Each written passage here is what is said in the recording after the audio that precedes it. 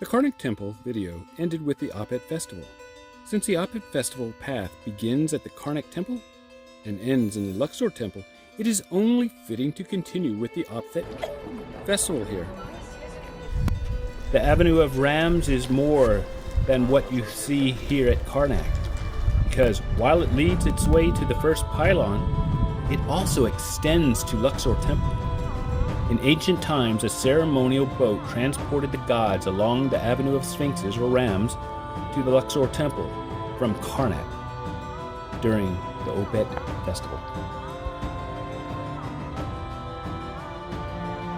In the Karnak video, I mentioned Amenhotep III, who had a long and flourishing reign, ensured Amun was remembered by creating a temple to Amun in the Luxor Temple. I also mentioned Amenhotep III's son and successor, Amenhotep IV, became the first monotheistic pharaoh. While short-lived, Amenhotep IV banned the worship of Amun and the other gods of Egypt and elevated his personal deity, Aten, to the level of supreme god. People did not care for this change and eventually toppled the movement and restored the earlier polytheistic religion and gods of Egypt.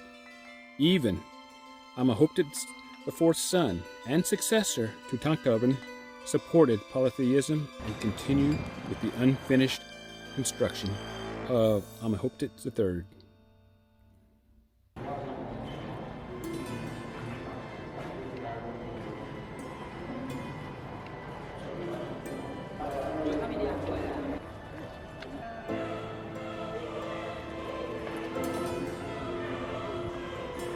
The Apet Festival was a ritual journey carrying the gods, Amun, Mut, and Khonsu, in a boat from the shrines at Karnak to the Temple of Luxor.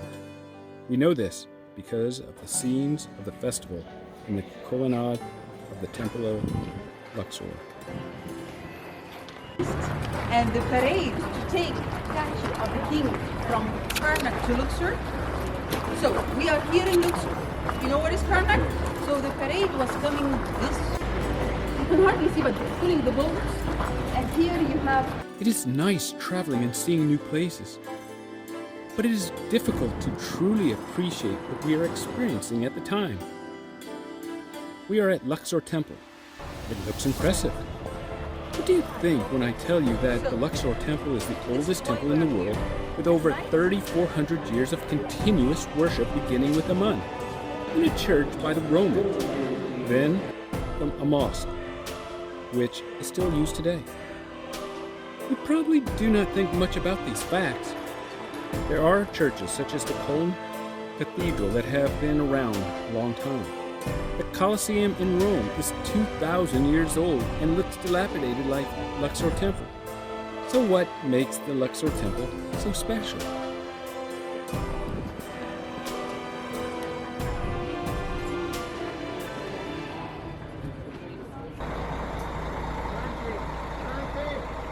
Imagine the Colosseum and how huge it is.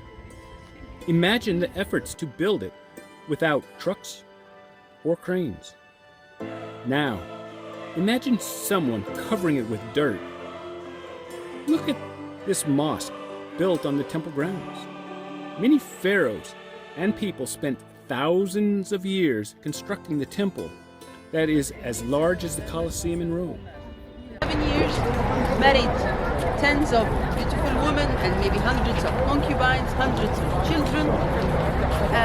Most probably, theorists say that he is the pharaoh of Moses. The Nile River floods year after year, leaving sediment in the temple.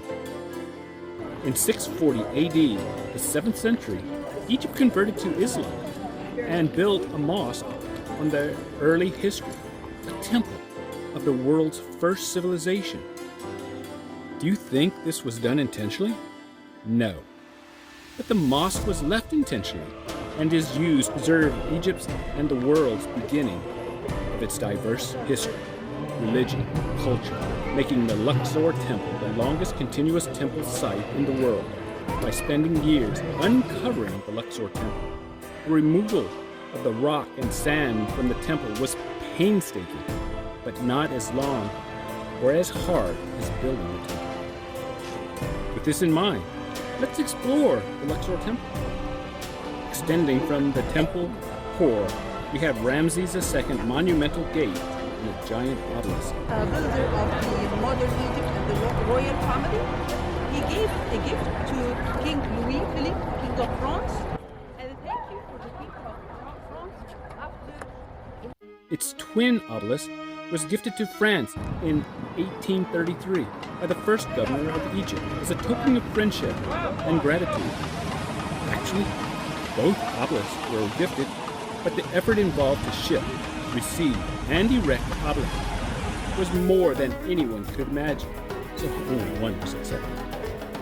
The base of the Luxor obelisk has 4 carved baboons with raised paws, which was a common sight in ancient Egypt and believed to be the baboons adoring the sun. Therefore, the obelisk base was built to honor the sun god. Behind the obelisk are 2 massive statues of Ramses II, seated since his additions to the temple became its new gate. Behind the monumental gate stands the court of Ramses II. Same as house. We have like two time roads. You know what they are trying? They are unifying Upper and Lower Egypt, the north and the south. So this is a symbol for uniting the country, Upper and Lower Egypt together. You see this statue down on the way. See that?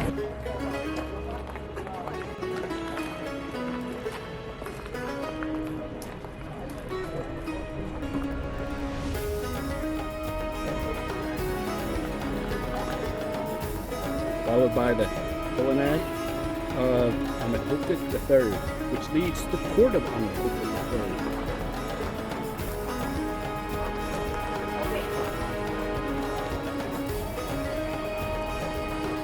And finally, a hypostyle hall.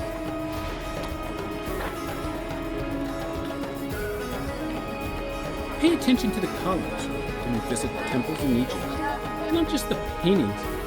Just hold on to. Sometimes they represented as if the pillars on top of it was a flower. Sometimes it would be closed if they have a ceiling, and sometimes it would be open if it's in the open air. Their designs reflect the environment during Earth's creation. Not only do you see the lotus, papyrus, and palm plants, bundled reeds or plant stems, but you see them in different states, such as open and closed, budding, etc. The quantities and arrangements have some significance as well.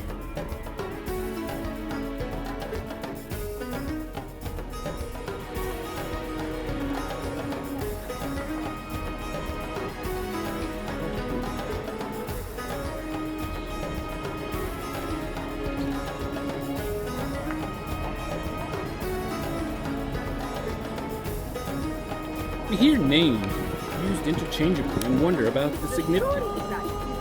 History is the past, and we do our best to recreate it, and we do a fantastic job.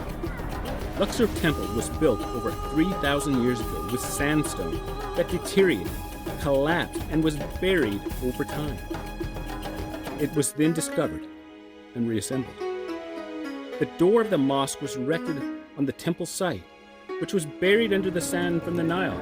The door is 23 feet above the temple's floor. Okay, so,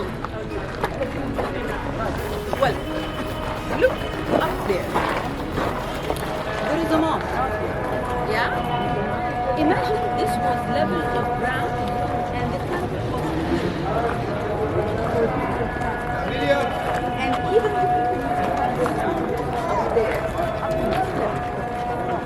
This shows how history is lost and found and recreated. Unfortunately, we do not know everything about the past, so we have to guess.